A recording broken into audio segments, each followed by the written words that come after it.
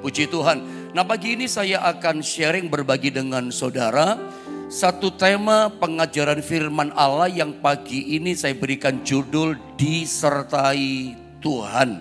Mari kita langsung saja baca ayatnya supaya memahami inti tema firman Allah ini.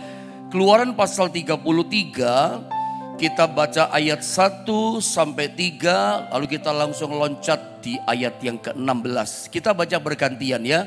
1 saya baca, 2 Anda baca, 3 sama-sama kita baca, 16-nya sama-sama lagi kita baca ya. Keluaran 33 ayat 1 saya baca begini kata firman Allah. Berfirmanlah Tuhan kepada Musa, pergilah, berjalanlah dari sini engkau dan bangsa itu yang telah kau pimpin keluar dari tanah Mesir, ke negeri yang telah kujanjikan dengan sumpah kepada Abraham, Ishak dan Yakub. Demikian kepada keturunan mulah akan kuberikan negeri itu. Ayat 2 teruskan saudara. Aku akan mengutus seorang malaikat berjalan di depanmu dan akan menghalau orang Kanaan, orang Amori, orang Het, orang Feris, orang Hewi, dan orang Yebus. Ayat 3 sama-sama kita baca ya, 2 dan 3. Yakni ke suatu negeri yang berlimpah-limpah susu dan madu. Sebab aku tidak akan berjalan di tengah-tengahmu, karena engkau ini bangsa yang tegar tengkuk, supaya aku jangan membinasakan engkau di jalan. Ayat yang ke-16 sama-sama lagi kita baca ya, 2 dan 3. Dari manakah gerangan akan diketahui bahwa aku telah mendapat kasih karunia di hadapanmu, yakni aku dengan umatmu ini. Bukankah karena engkau berjalan bersama-sama dengan kami, sehingga kami, aku dan umatmu ini dibedakan dari segala bangsa yang ada di muka bumi ini. Sekali lagi tema firman Allah, kita fokus membahas belajar tentang disertai Tuhan. Nah, sebelum saya mencoba menjelaskan ayat-ayat yang barusan kita baca, saya mau bawa saudara pertama dulu lihat gambar PowerPoint ini. Bahwa dari sekolah minggu, dari kecil maksudnya, kita sudah diajar, kita sudah dididik bahwa orang Kristen itu adalah orang yang disertai Tuhan. Bahwa selama ini kita sebagai orang Kristen, kita sesungguhnya sangat mempercayai, sudah terekam dalam memori kita, sudah sangat terekam di alam bawah sadar kita bahwa kita ini orang Kristen, kita orang percaya adalah orang yang disertai Tuhan. Kenapa saya katakan sudah terekam di memori alam bawah sadar kita? Karena dari kecil, apalagi kalau Anda dan saya, kita ini memulai ikut Yesus mulai dari kecil, mulai dari anak-anak sekolah minggu. Guru-guru kita di sekolah minggu, tante om di sekolah minggu sudah ngajarin kita, didik kita, mengatakan bahwa kita ini adalah orang yang disertai Tuhan. Sehingga hal disertai Tuhan dalam iman kepercayaan kita itu udah terekam kuat. Kita merasa begini, yakin disertai Tuhan. Jadi hal penyertaan Tuhan dalam hidup kita, kita merasa gini, Tuhan itu selalu always, gak pernah never. Tuhan itu selalu ada, selalu menyertai hidup kita. Kita percaya dia gak pernah never, dia gak pernah tinggalkan kita. Itu jadi kepercayaan. Tetapi ini poin yang penting. Kabar berikutnya menjadi suatu pertanyaan yang penting dalam kekristenan kita pagi ini. Dan itu menurut saya tanyakan kepada diri kita masing-masing. Lihat gambar ini, sebuah pertanyaan penting pada poin apa yang kita pelajari pagi ini tentang disertai Tuhan. Lihat gambar ini, saya tulis begini pertanyaannya. Tetapi mengapa penyertaan Tuhan ya dalam hidup kita itu sepertinya tidak membuat keadaan kita menjadi lebih baik? Saya ulang sekali lagi ya saudara pertanyaan ini. Kalau saya ulang berarti ini penting. Bukan sekedar kok pendeta suka mengulang-ulang. Karena ini penting menurut saya. Mengapa penyertaan Tuhan dalam kehidupan kita gitu loh, sepertinya tidak membuat keadaan kehidupan kita menjadi lebih baik. Menurut saya, saudara ya, sementara saya mengajar saudara, adalah hal yang mungkin menyedihkan dalam kekristenan. Bahwa kita ini merasa disertai Tuhan, tetapi kenyataannya hidup kita yang merasa disertai Tuhan tidak membuktikan, tidak memanifestasikan bahwa hidup kita itu betul-betul sedang disertai oleh Tuhan. Kira-kira saudara bisa nangkep gak apa yang saya maksudkan barusan saya katakan ini? Menurut saya salah satu hal yang sangat menyedihkan, bahkan saya tambah ya, tragis gitu loh dalam kekristenan. Kita ini orang yang percaya kepada Tuhan jadi Kristen, kita ini kan merasa gitu, udah terekam dalam otak kita, saya ini adalah orang yang disertai Tuhan. Saya ini adalah orang yang Tuhan selalu ada dalam hidup saya. Tapi ternyata kepercayaan kita yang merasa disertai Tuhan, hidup kita sendiri yang merasa disertai Tuhan, tidak membuktikan, tidak memanifestasikan, menyatakan bahwa Tuhan itu betul-betul sedang menyertai hidup kita. Loh, ini kan namanya tragis kan, ironis kan. Makanya saudara ya, adalah sangat menyedihkan kalau hidup kekristenan kita saat ini, kita itu hanya senang, hanya puas gitu loh. Berhenti pada titik saya disertai Tuhan. Seringkali kesenangan kita, barangkali kebanggaan kita kan selalu berkata, saya ini adalah orang disertai Tuhan. Pak, kita disertai Tuhan Pak. Saya tahu. Karena memang dari kecil kita diajar di sekolah minggu, kita disertai Tuhan. Kita sangat memahami itu. Makanya menyedihkan juga menurut saya kalau kita hanya cukup senang, cukup puas, hanya titik puas disertai Tuhan. Tapi ternyata penyertaan Tuhan tidak membuat keadaan kita menjadi lebih baik. Tidak ada bukti itu, tidak ada manifestasi itu. Itu kan tragis kan. Kita merasa ada penyertaan Tuhan, tapi penyertaan Tuhan kita rasakan tidak mengubahkan apapun membuat baik hidup kita. Manifestasi tidak ada. Bukti-bukti nyata kita disertai Tuhan tidak nampak. Orang nggak bisa lihat, saudara.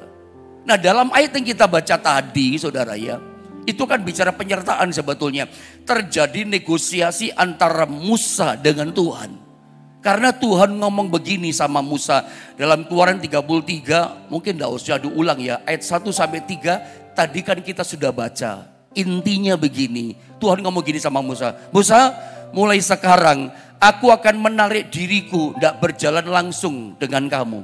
Aku gantikan dengan malaikat yang berjalan di depan kamu untuk mengalahkan orang-orang Kanaan, orang Het, orang Hewi, Yebus dan seterusnya.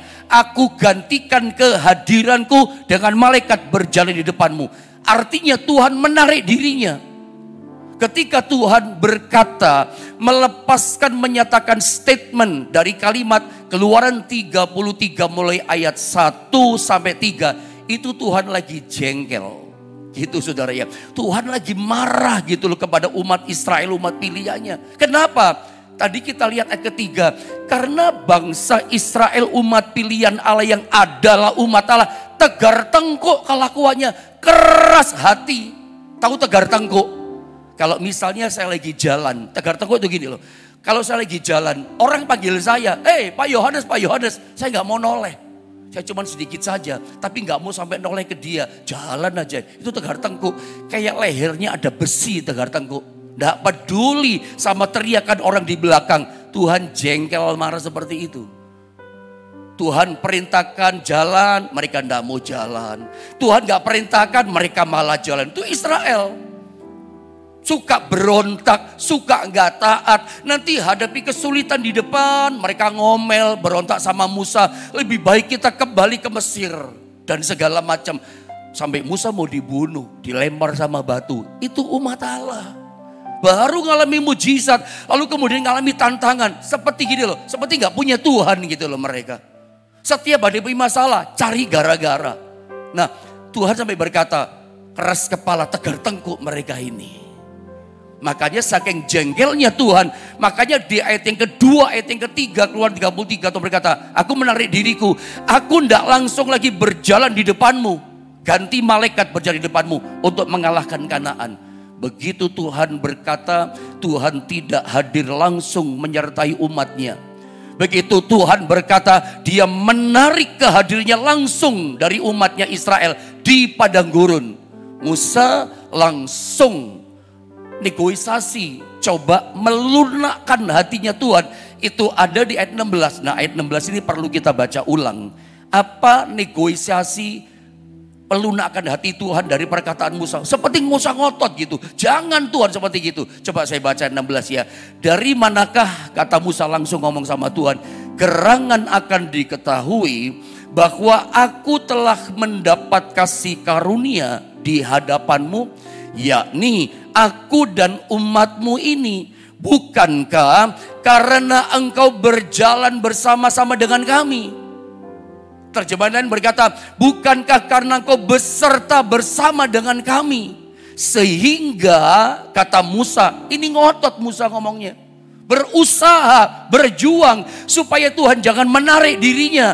Musa berkata begini, sehingga kami, aku dan umatmu ini dibedakan. Saya kasih garis bawah biru stressing. Dari segala bangsa yang ada di muka bumi ini. Musa berusaha, berjuang, ngotot sama Tuhan. Pokoknya jangan Tuhan. Nanti apa kata bangsa-bangsa sekitar? Karena gini Tuhan, penyertaan-Mu atas kami. Itu yang membuat kami berbeda dari segala bangsa di muka bumi. Saudara, dari perkataannya Musa kepada Tuhan, kita mengerti. Ternyata yang membuat Israel itu berbeda dari semua bangsa-bangsa dari sekitarnya. Itu karena Tuhan beserta dengan mereka. Tuhan berjalan bersama dengan mereka. Tuhan hadir langsung bersama mereka di padang gurun. Karena kehadirannya itulah mereka gak mati di padang gurun. Gak kerja, gak ada tanda kehidupan di padang gurun, gak ada makanan. Mereka dipelihara oleh Tuhan. Kenapa? Kehadirannya gunung batu memancarkan mata air.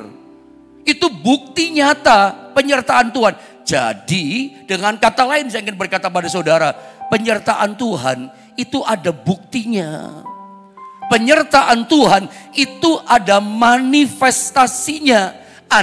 Saya sarankan begini, tegas-tegasannya berkata, ya, jangan hanya euforia jadi orang Kristen.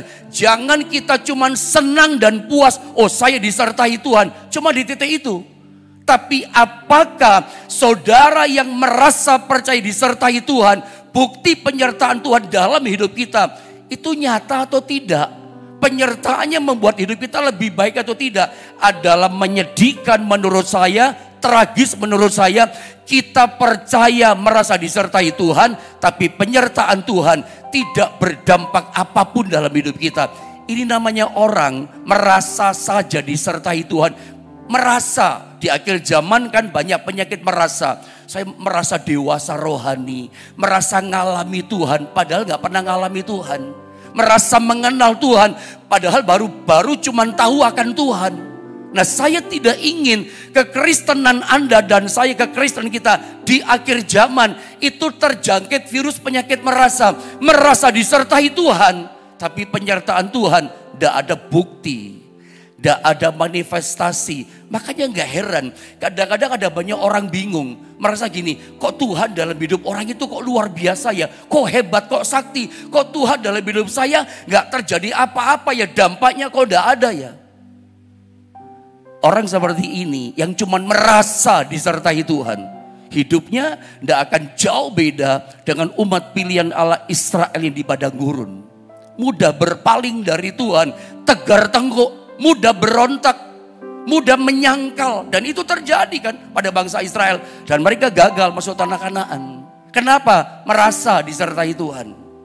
Kita bicara satu poin penting, pengajaran yang penting dalam kehidupan kita loh, tentang disertai Tuhan. Makanya Musa berkata begini, yang membedakan kami dari semua bangsa ini adalah karena engkau berjalan bersama dengan kami, engkau hadir bersama dengan kami. Dan saya mau bawa saudara pada poin gambar berikutnya. Setujukah saudara dengan saya kalau saya katakan begini, bahwa kehadiran Tuhan dalam kehidupan kita itu bisa dirasakan atau itu bisa dilihat oleh orang lain. Coba lihat gambar ini. Perhatikan baik-baik. Apakah saudara bisa bersepakat setuju dengan saya kalau saya nyatakan kepada saudara pagi ini bahwa kehadiran Tuhan dalam hidup kita itu bisa dilihat dan dirasakan oleh orang lain di sekitar kita. Kalau kita lihat gambar ini, kisah tentang Yusuf di rumahnya Potifar. Apa yang kita lihat Yusuf di rumah Potifar? Ingat begini ya, Yusuf itu memulai karirnya itu dari bawah. Jadi ketika Tuan Potifar, panglimanya daripada kerajaan Mesir, panglimanya Fir'aun, saudara ya, ini kepala tentaranya Fir'aun, ketika membeli Yusuf di pasar budak begitu dibeli, itu nggak langsung dikasih kedudukan yang tinggi. Yusuf sama Potifar dikasih karir kedudukan dari bawah dulu, di luar rumah kerjaannya. Jadi jangan pernah Anda berpikir Yusuf itu langsung dikasih kedudukan yang jabatan yang tinggi. Oh tidak, karirnya paling rendah, budak paling bawah kerjaannya. Tapi kemudian begini rupanya kalau kita baca kisah Yusuf di rumah Potifar. Potifar liatin setiap hari orang yang namanya Yusuf ini, si budak ini, yang kerjaannya paling rendah ini. Orang ini kok beda ya? Dia liatin, orang ini kok nggak sama dengan yang lain. Yang inti bahasanya Alkitab katakan, kenapa Potifar merasa orang ini lain, orang ini beda. Istilah orang dunia, hokinya besar, beruntungnya besar orang ini. Dipercayakan kerja ini sukses, kerja ini berhasil, kerja itu diutus untungnya besar. Kok selalu berhasil, selalu untungnya besar, selalu sukses lebih dari yang lain. Akhirnya dia merasa ini beda. Bahasa Alkitab, sebab orang namanya Yusuf disertai Tuhan. Potifar melihat perbedaan itu. Dia bisa melihat penyertaan Tuhan, kehadirannya Tuhan dalam kehidupannya Yusuf. Makanya saya pakai pertanyaan, Anda setujukah dengan saya bahwa orang disertai Tuhan itu orang lain bisa merasakan, orang lain bisa melihat. Orang ini beda ya. Orang bisa melihat ada kehadiran Tuhan dalam hidup kita.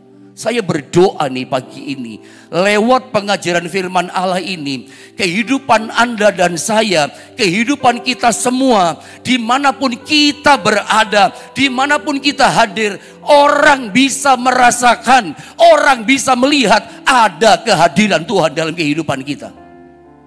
Jangan sampai kita cuma ngaku-ngaku merasa saya disertai Tuhan. Kita kok senangnya, puasnya hanya titik merasa percaya disertai Tuhan.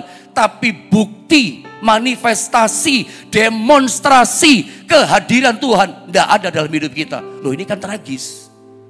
Padahal Musa berkata, Keluaran 33 ayat 16, kehadiran Tuhan dalam hidup kita, penyertaan Tuhan langsung atas hidup kita, membuat hidup kita berbeda sama sekali dengan semua orang dunia. Jadi yang membuat kita berbeda dengan semua orang di dunia ini adalah apa? Penyertaan Tuhan, kehadiran Tuhan dalam hidup kita.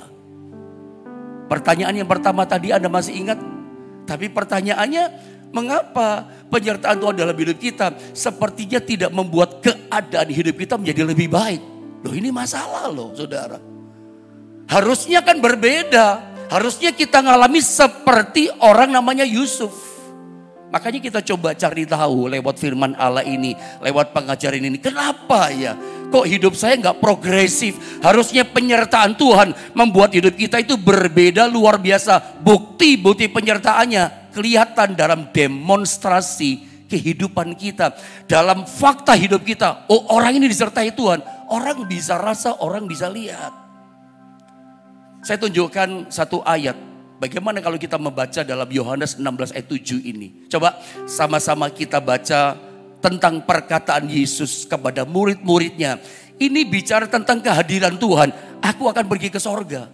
Dia akan menarik dirinya dari para murid-muridnya. Bagaimana sikap murid? Mari kita lihat Yohanes atau kita baca Yohanes 16 ayat 7. Ayo sama-sama kita baca 2, 3. Namun benar yang kukatakan ini kepadamu adalah lebih berguna bagi kamu jika aku pergi. Sebab jikalau aku tidak pergi, penghibur itu tidak akan datang kepadamu.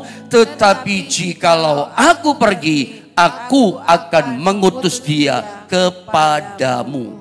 Ayat ini ayat yang sering saya sampaikan dalam 10 hari pencurahan Roh Kudus kan seringkali. Perhatikan baik-baik. Yesus berkata begini pada murid-muridnya, namun benar yang kukatakan ini kepadamu. Apa kata Yesus kepada para murid-muridnya? Adalah lebih berguna bagi kamu jika aku pergi. Loh, Yesus berkata seperti ini. Saya waktu baca ayat ini, apa-apaan ya Yesus gitu. Kok bisa-bisanya, kok tega-teganya ngomong seperti ini kepada murid-muridnya. Murid-muridku, lebih berguna kalau aku pergi tinggalkan kamu. Tarik dirinya dari kamu, naik ke sorga. Lebih berguna buat kamu. Rada aneh loh ini. Karena gini, saya pernah terangkan sama saudara bahwa kehadiran Yesus, atau lebih tepat kebersamaan Yesus bersama-sama dengan muridnya tiap hari. Yesus itu jadi sentral dalam hidup para murid. Ada apa-apa, mereka itu selalu Yesus. Ada apa-apa, masalah kecil, masalah besar yang mereka tidak bisa selesaikan, selalu datangnya pada Yesus. Petrus punya ibu mertua sakit. Dia ngomong sama Yesus, mamaku sakit. Ada orang datang minta tolong sama murid-murid. Murid-murid gagal gak bisa tolong orang yang datang itu. Bahwa orang itu dipertemukan sama Yesus. Semuanya pokoknya Yesus. Dan catatan pentingnya, selama Yesus kebersamanya bersama dengan murid-murid, murid-murid itu melihat keajaiban demi keajaiban, mujizat demi mujizat, kemenangan demi kemenangan, kelimpahan demi kelimpahan. Mereka tidak pernah merasakan melihat mereka kekurangan. Kapan? Ketika mereka selalu bersama dengan Yesus, Yesus hadir, ada, berjalan bersama dengan mereka. Tidak ada kekurangan, selalu kelimpahan. Mereka pernah kagum satu mujizat yang spektakuler. Yesus pernah kasih makan gratis kepada 5.000 laki-laki, belum perempuan sama anak-anak. Jadi kasih makan gratis itu bukan cuma programnya pemilu kemarin Paslon 02. Makan gratis itu programnya Yesus kalau Anda tahu. Selalu dia berbagi, kasih makan gratis. Pantesan menang saudara ya. Di hasil quick count dia yang menang 02. Karena memang itu programnya Yesus, makan gratis. Dikasih makan sampai puas kalau Anda tahu. Dan murid-murid melihat gitu. Selama ada kehadiran Yesus bersama mereka. Kelimpahan, kemenangan, mujizat, keajaiban. Tiba-tiba Yesus yang jadi sentral hidup mereka. Ada apa-apa, pokoknya Yesus. Tiba-tiba Yesus ngomong gini. Lebih berguna jika aku ini pergi dari kamu. Pertanyaannya yang harus dijawab, kenapa gitu loh Yesus berkata kepada murid-muridnya lebih berguna kalau dia pergi. Tujuannya begini, kalau aku tidak pergi, penghibur Roh Kudus nggak datang kepadamu, kata Yesus. Tetapi kalau aku pergi menarik diriku dari kamu naik ke sorga, duduk di sebelah tahta kanan Allah Bapa, Roh Kudus itu akan kuutus datang kepadamu di ayat yang lain, dan dia tinggal di dalam hidupmu. Lebih berguna kalau Roh Kudus itu kuberikan kepadamu. Yesus berkata begini, bahwa sebetulnya lebih berguna Roh Kudus daripada aku. Kenapa? Yesus berkata tentang guna. Lebih berguna, hai muridku, kalau Roh Kudus itu tinggal dalam diri kamu daripada aku tetap di sini bersama dengan kamu. Kenapa Yesus berkata seperti itu? Ingat, Yesus saat itu 2000 tahun yang lalu kebersamaannya bersama dengan para murid, dia pakai tubuh jasmani manusia darah daging. Sehingga karena tubuh jasmani darah daging, Yesus gerakannya dibatasi oleh ruang dan waktu. Saat dia berada di Yerusalem, saat yang sama dia nggak bisa berada di Betania. Ketika Yesus tubuh jasmaninya ada di Betania, saat yang sama dia nggak bisa berada di Kapernaum atau di Galilea. Kenapa? Dia dibatasi tubuhnya oleh ruang dan waktu.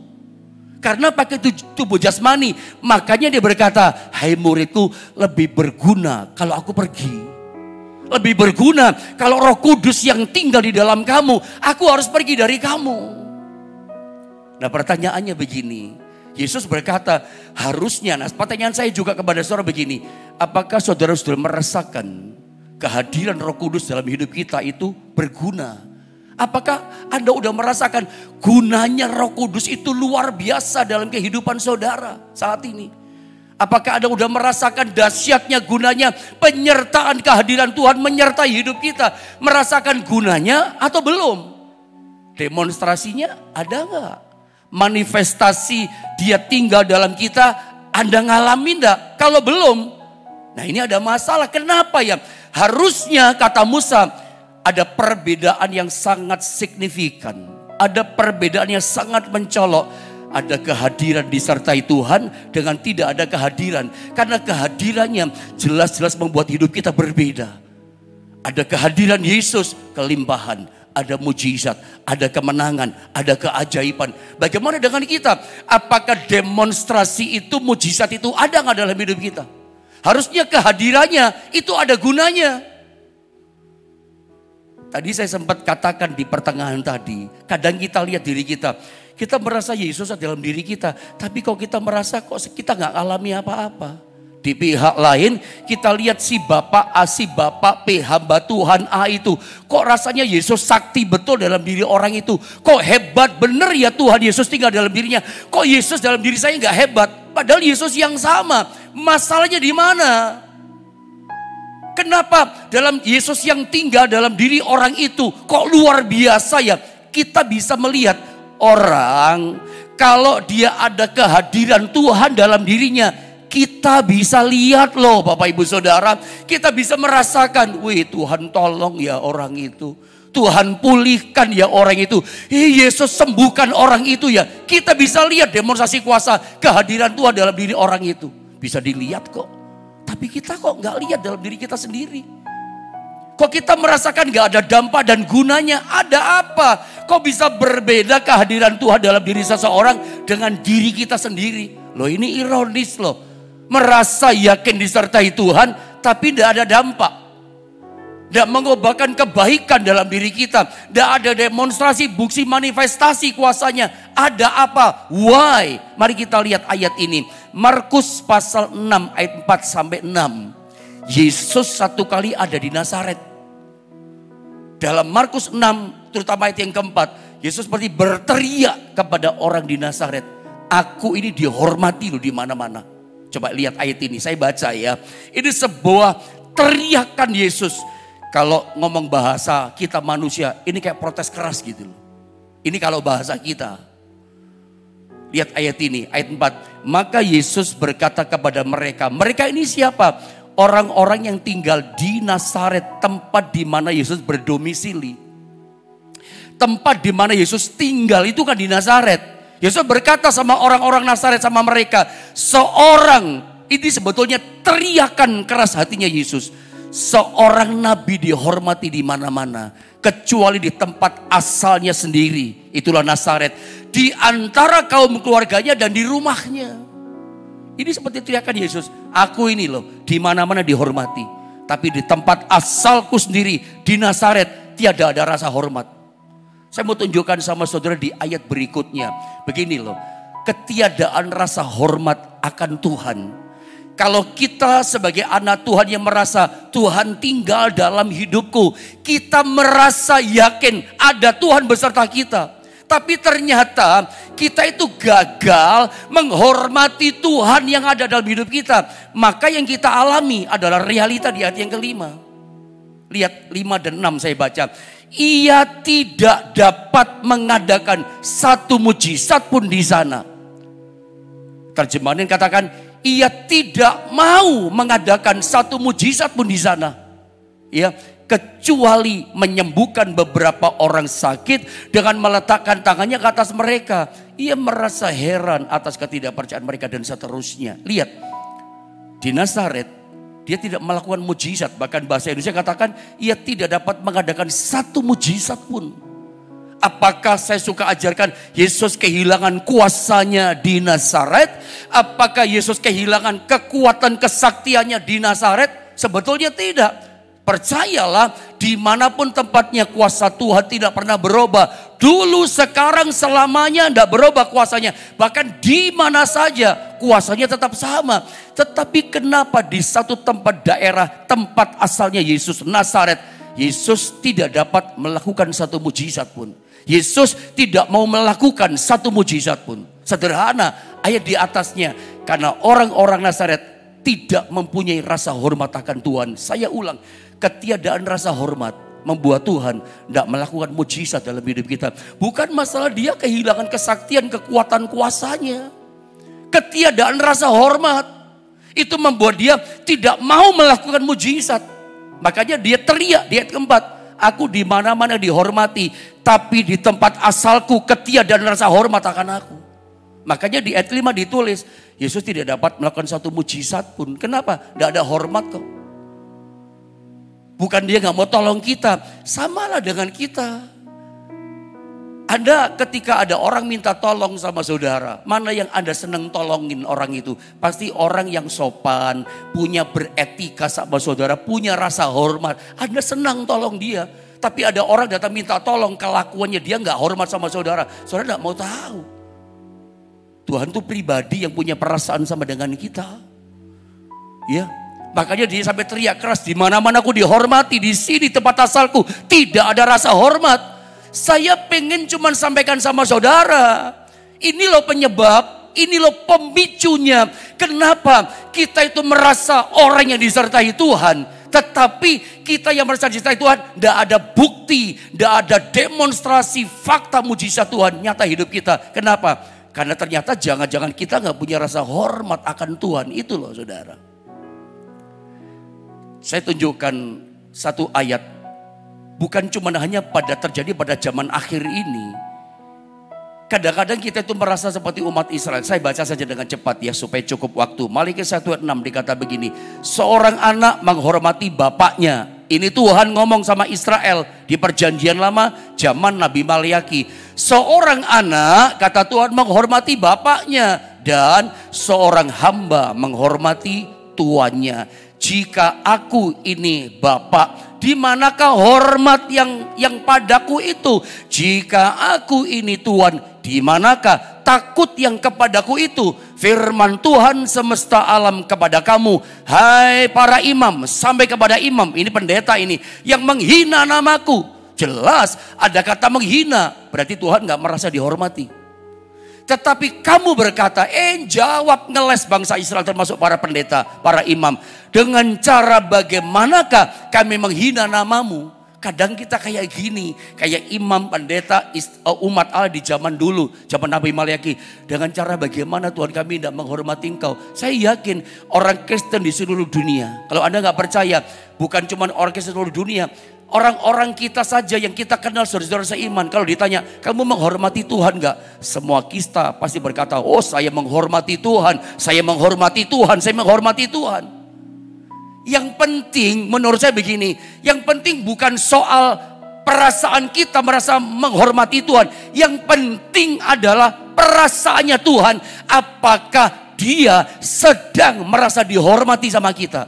Kalau saya ngomong keras tajam jangan tersinggung saudara ya. Gak peduli perasaan kita seperti apa. Tuhan itu gak peduli sama perasaan kita.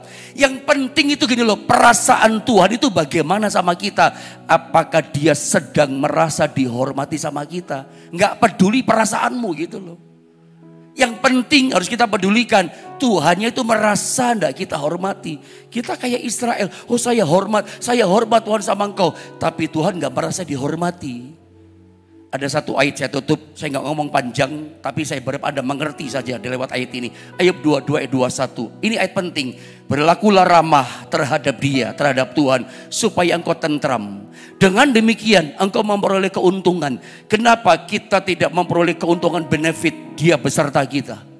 Jangan-jangan gini, kita gak berlaku ramah, kita gak bersikap ramah hormat sama Tuhan dalam hidup kita. Gak bersikap ramah itu bagaimana? Ada Tuhan dalam diri kita. Ramah itu bagaimana sih? Kalau saya ngundang tamu khotbah hari Minggu misalnya di gereja, tapi saya gak bersikap ramah sama tamu yang saya undang. Saya gak telepon dia, kapan datangnya Pak? Nanti naik pesawatnya bagaimana Pak? Apa saya belikan dulu atau bagaimana Pak? Biasanya pendeta kan, enggak usah Pak, saya urus sendiri Pak tiketnya. Begitu nyampe saya nggak ramah.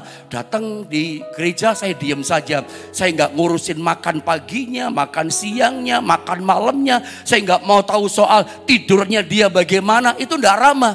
Pada waktu pulang saya antar misalnya ke Juanda Airport Surabaya, bandara. Saya diam saja sepanjang jalan. 1-2 kata saya jawab, diam.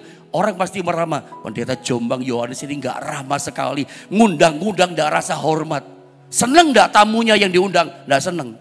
Dia hadir di Jombang gak suka dia. Kenapa? Sayanya yang ngundang gak bersikap ramah. Satu gambar terakhir.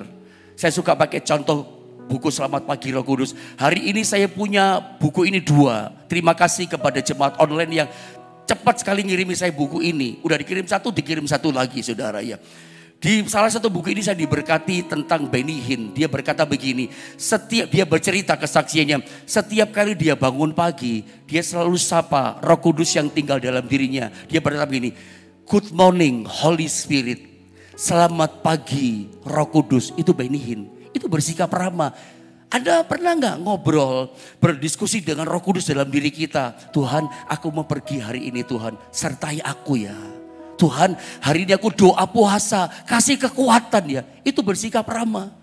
Anda merasa enggak ada kehadiran Tuhan? Nyata loh dia ada hidup kita. Bersikaplah ramah. Sebab kalau Anda gak bersikap hormat, gak bersikap ramah, kuasanya, manifestasinya tidak didemonstrasikan dalam hidupmu. Makanya jangan heran, kok Bapak itu hebat ya kuasanya. Yesus kok sakti dalam diri Bapak itu. Kok saya enggak? Kok kita enggak merasakan fakta bukti dia hadir mendemonstrasikan kuasanya. Jangan-jangan ketiadaan rasa hormat ramah akan Tuhan dalam diri kita. Saya ajar saudara hari ini, miliki rasa hormat akan Tuhan.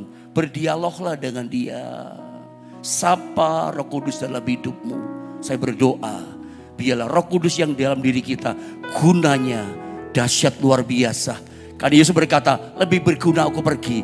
Karena Roh Kudus berguna untuk kehidupan setiap kita. Mari kita sama-sama berdoa. Aku kagum hormat akan Engkau.